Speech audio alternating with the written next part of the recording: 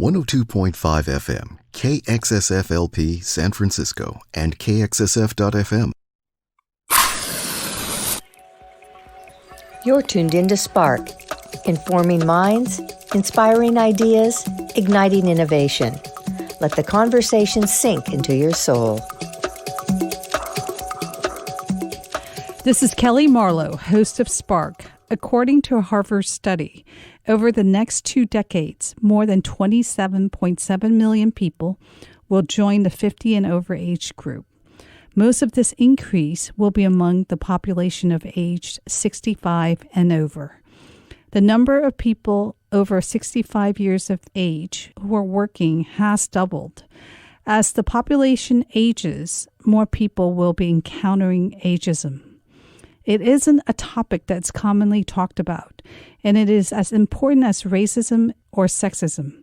What can we do to address ageism?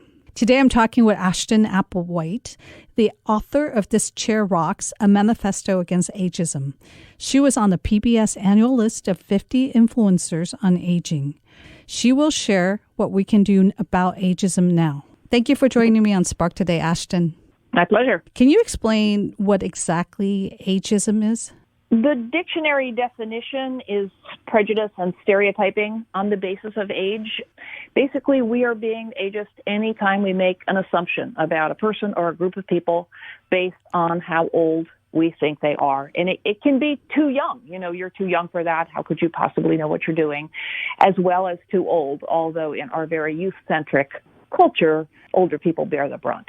You have said nobody's born ageist, but starts at an early childhood, around the same time attitudes toward race and gender start to form. What is happening? Well, I'm not a child psychologist, but a newborn baby is pretty much a blank slate. I've read research that shows that if a child sees something that's, a baby that's very different, they might cry in alarm because it's alien to them. But we learn how to value what we see and what we should be afraid of and what we should gravitate towards from the older people around us. And it happens very young. And when in the case of ageism, most of the messages around aging are negative or sort of benign, the placid grandma or rocking in her chair, or that aging is associated with negative things like frailty or stuff like the Wicked Witch. I mean, don't get me started on Disney movies. And when there are all these negative messages from the culture and from family and school and society, because that is the dominant narrative, unless we stop to question them, just becomes part of our worldview. But it seems like that narrative also dominates in the older age groups as well. Well, exactly. And one of the many things that surprised me when I started to work on this was that older people can be the most ageist of all, which seemed counterintuitive. But if you have had a lifetime of being bombarded by these messages and never thought to question them, which is the case for most of us. We haven't gotten there yet. We are a little further along in understanding racism and sexism and other forms of prejudice. We are just beginning to do so on a culture-wide level around ageism. And unless you stop to question it, it becomes part of our identity. And that is really bad for us, because what happens is we start to ascribe negative things to our age as we get older, and it's very easy for them to become self-fulfilling prophecies. I mean, my knee hurts. Oh, it must be because I'm so old. Well, does your other knee hurt? It's just as old. Is your back really tired because you're a certain age? I mean, I'm just making an example of aches and pains. Or, your social circle shrinking. Well, have you made an effort to reach out? We have this reflective tendency to blame negative things on old age and likewise ascribe all positive things to feeling young, when in fact what we usually mean when we say I feel so young is I feel healthy, I feel invigorated, I feel sexy, I feel engaged. And we can feel all those things in later life, that just as we can feel lonely and incompetent and invisible when we are 13. So it doesn't help that the older population is self-fulfilling ageism, because then they're setting the example back. It doesn't help anyone in the culture when anyone else in the culture is in the grips of prejudice, whether it's that older people are burdens, let's say, or that have these cultural stereotypes. Anyone who is in the grips of them does the culture at large a huge disservice. What are your least favorite stereotypes about older people? Is that older people are alike. And that idea is reinforced by the phrase the elderly, which I seriously dislike. No one identifies as elderly. And it implies that when we reach a certain age, whenever that magic moment is, so we fall into this group of old people. And in fact, the longer we live, the more different from one another we become. If you think every newborn is, of course, unique, but 17-year-olds have a lot more in common developmentally, physically, socially, than 37-year-olds, who are likewise way more alike than 57-year-olds, and so on. The older someone is, the less their age says about what they are interested in or capable of mentally, physically, socially. I would put that idea in everyone's head. And how could anything possibly be true of all people from a certain place or with a certain skin color? But they are especially ill-informed when it comes to aging and older people because we are so diverse. But why are we so afraid to age? Is it because we know we will be treated differently or worse? There are a number of reasons, and it also depends on, of course, your culture. You know, there are in indigenous cultures and in some African American communities, their older members are venerated and respected. So these values are culturally constructed. We make them up. One argument that people make about ageism is that it is somehow natural, air quotes around natural. It's a very suspect word, I have learned, because people associate it with dying. It is absolutely true that older people are reminders of mortality, but dying is a discrete biological event that happens at the end of all this living. I'm 68. There may be millions of people who look at me and think I'm ancient, but they don't look at me and think I'm dying. So I don't think it is excusable or natural in that sense. It sounds like it's cultural, and our culture suffers from ageism. Yeah, I mean, there are two inevitable bad things about getting older. People you've known all your life are going to die, and some part of your body is going to fall apart. And those are real losses. We worry about running out of money, ending up alone, getting sick. Those fears are legitimate and real. But the sort of overarching point is that our fears are way out of proportion to the reality, and the fear itself is bad for us. Studies from around the world over and over show that people get happier after they finish this sort of trough of midlife, when you have maximum career responsibilities for kids, responsibilities for parents. You're supposed to be saving for retirement. It's a very midlife is actually most people's low points. And if we can step out and see both sides of the story, and frankly, look at the evidence all around us that older people are in the world in all kinds of interesting ways. It's true that not for all of us, about 20% of the population escapes cognitive decline entirely. And think about it. You know some of these really sharp older people. We all do. So open your eyes and look at and trust what you yourself see. Most of us lose some speed in retrieval, remembering the name of the movie you went to with what's her name last week. But there's a theory that came out of computation, computer science, that it's because we're sifting through more data. That's why it takes more time. We have more to depend on, which is arguably a reason why older people are so valuable in the workforce, because we have lots more experience and interactions with people that we can draw on to shape a really informed and balanced response. The point is it sucks not to be able to remember the name of the movie. It's really annoying. But that's all it is. You will find your slippers. You will find your glasses. That's likely as bad as it's going to get. But because the culture barrages us with these terrifying messages about dementia and Alzheimer's, you think that's the first sign. Next week, I'm not going to remember my name. And by Christmas, I won't know where my car is. That fear makes you more vulnerable to exactly what you fear. There is a study out of Yale that shows that people with, I like to say, fact rather than fear-based attitudes towards aging are less likely to develop Alzheimer's, even if they have the gene that predisposes them to the disease. So the very best thing you can do to build up resistance to these things that when we do fear them, it could happen. Physical frailty is real, but is to educate yourself about what aging really involves, because it is nowhere near as scary as the image out there, promulgated by the media and by all the companies that profit when aging is medicalized, when natural transitions are made shameful or treated as problems that we need to try and cure. Well, it's interesting that you point out the memory stereotype, because kids forget all the time. That's a line in my TED Talk. I say I stopped calling it a senior moment when I realized that when I couldn't find the car keys in high school, I didn't call it a junior moment. That's a perfect example, Kelly. That's a very simple thing each of us can do, is simply when we blame something on age, stop and think for a minute, did that actually have anything to do with age? And odds are it didn't. Well, it's funny because parents are always reminding their kids 10 times a day to do this, do that. It's probably worse than what an adult or somebody who's older is going through.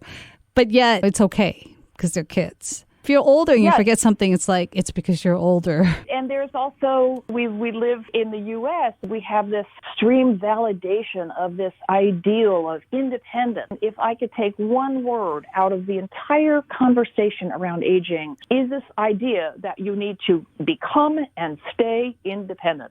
No one is independent ever. We obviously need things when we're children. We need help throughout life. You need help if you have little kids. I feel like that's when I needed the most help from the world. And we then, as we age and become less capable physically, we need more help. We are interdependent from childhood on. Disability communities have this glorious model of interdependence, of ways in which, partly because mainstream society fails them, and sometimes puts their lives at risk in doing so, of depending on each other, mutual aid. And that, frankly, is a much more realistic, beautiful, comforting, practical ideal. Most importantly, it's stripped of shame. There should be no shame in asking for help. As we all know, helping someone feels really good. These are two-way transactions.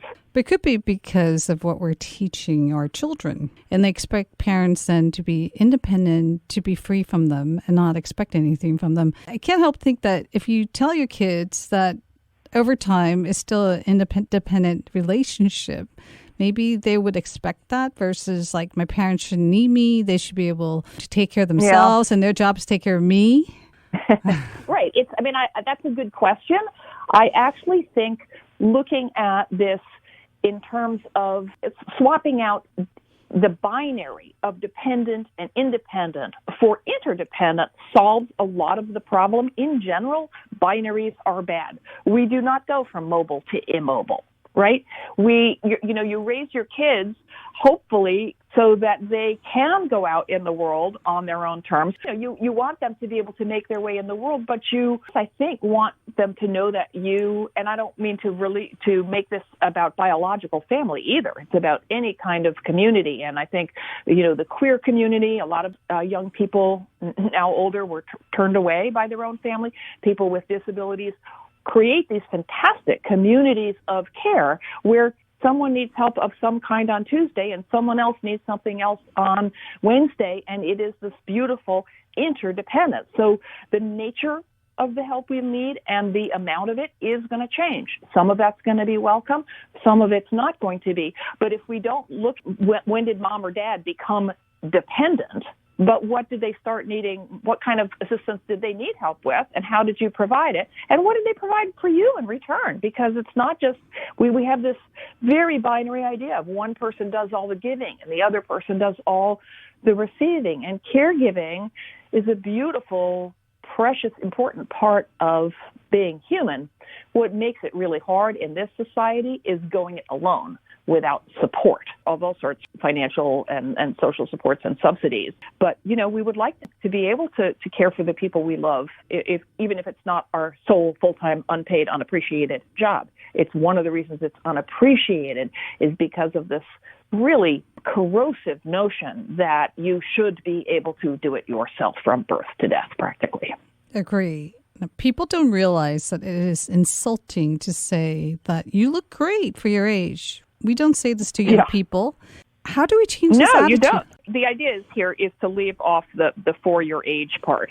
I have sort of a snappy answer to that when someone says, you look great for your age, you say, you look great for your age too. And then there's this awkward silence, and they have to think about why something they intended as a compliment doesn't feel like a compliment.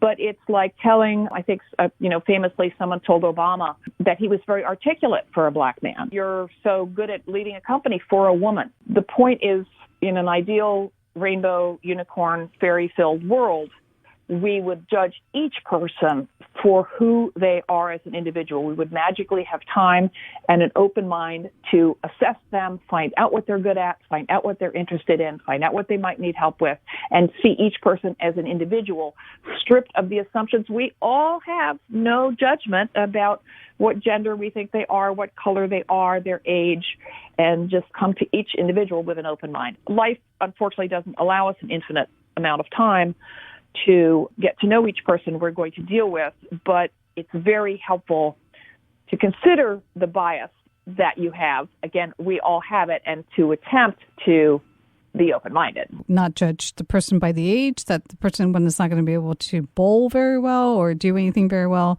but to embrace them and bring them hopefully into what you're doing, and especially in the workforce. Yes, and meet them, find out what they're doing. I mean, the examples you just gave is probably exemplify my second least favorite stereotype, which I realized you were calling out as a stereotype, which is that old people are incompetent.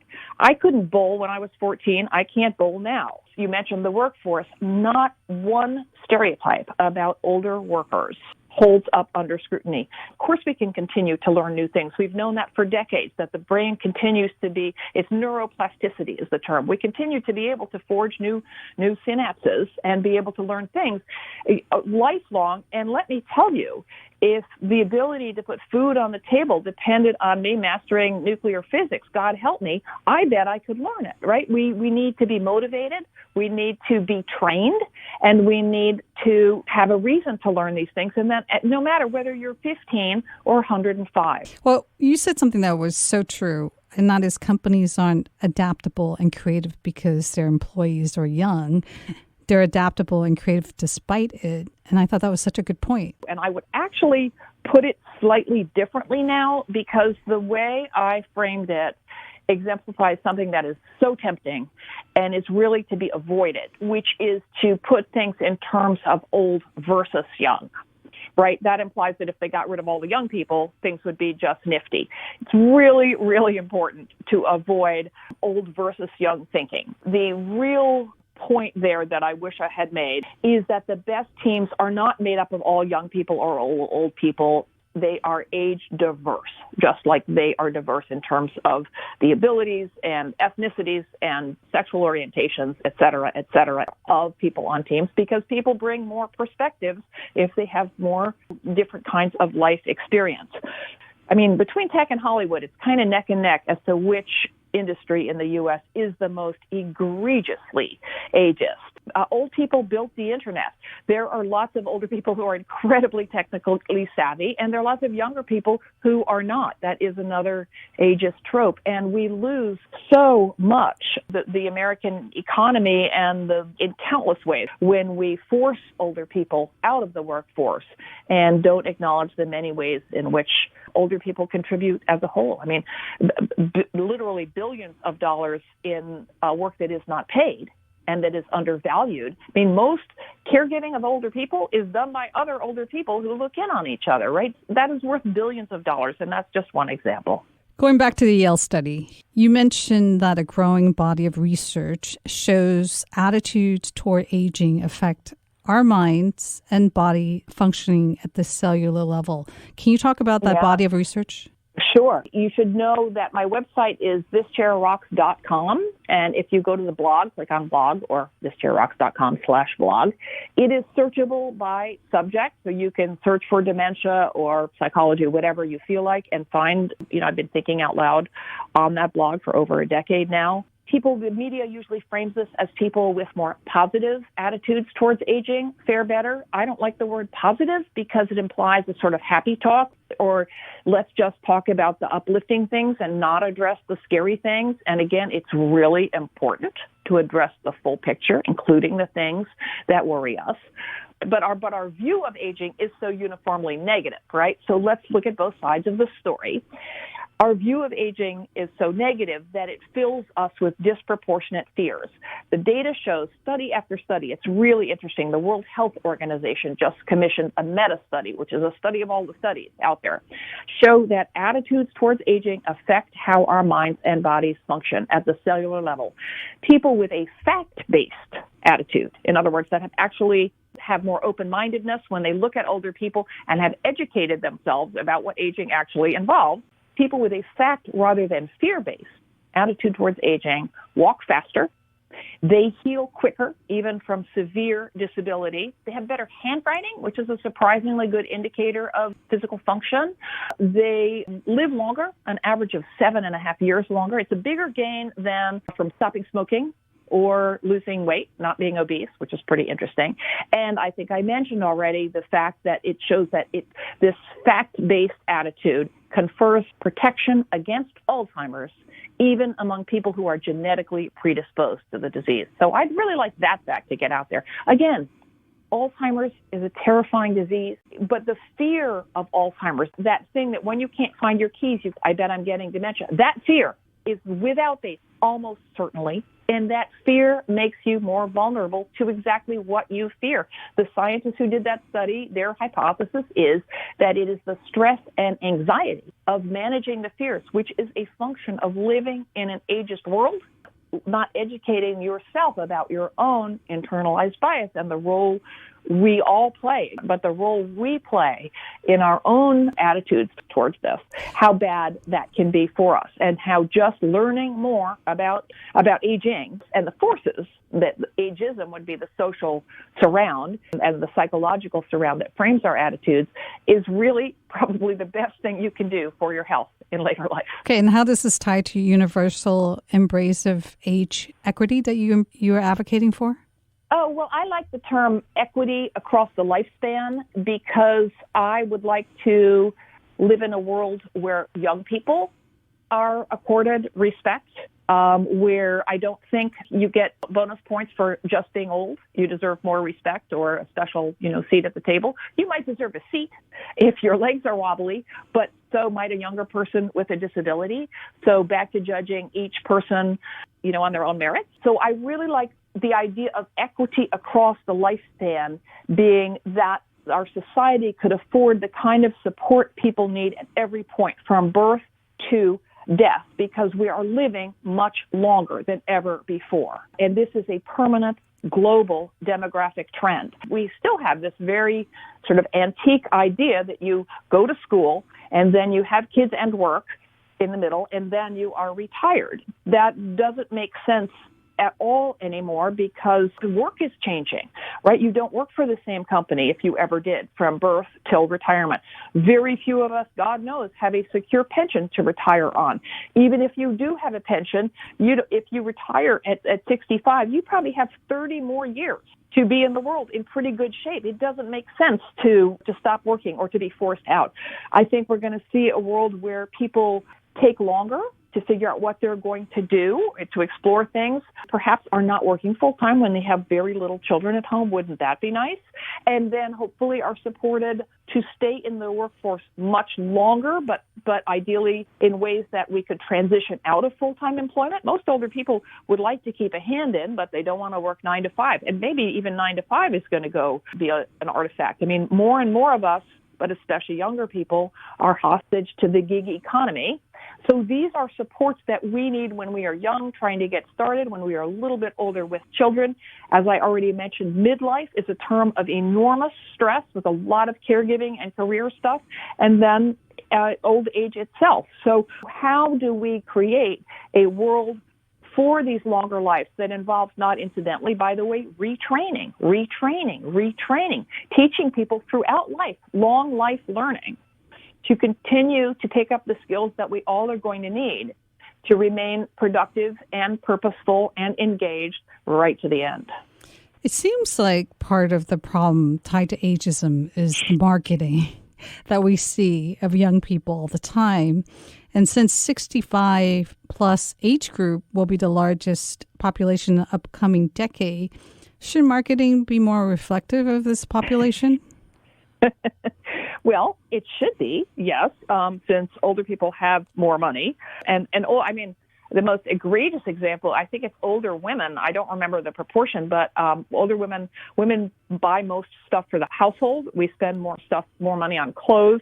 No one tries to sell stuff to older women. One reason, I have to point out, is that older women don't want to shop in a place where older women shop, if you know what I mean, because of our own internalized ageism. We're like, oh, that would make me look old. Everything's going to be frumpy. I don't want to go there because it will make me look old. And that is internalized ageism. Ageism takes root in denial of the fact that we are aging. It's more and more expensive if you can afford facelifts and all of that stuff. And so huge class bias sets us up to fail, and it's not healthy. We have a president who's 74, and we may have a president who's 78. Shouldn't this be encouraging to see? I see it as neutral. I think this is a perfect example of where it's important to see the person and strip their age out of it. Age is real, and they are indeed older, but if you're a wealthy white man in America, you have access to crackerjack health care, as they have had. Science shows that they are both likely to live at least another decade. Their health is relevant, and I think everyone should have a physical performed by a reputable doctor and with the results made public. Obviously, it is relevant. I would never say deny your age. It's important to say how old we are. It's a legitimate and important piece of our identity, but to question the connotations that we attach to it.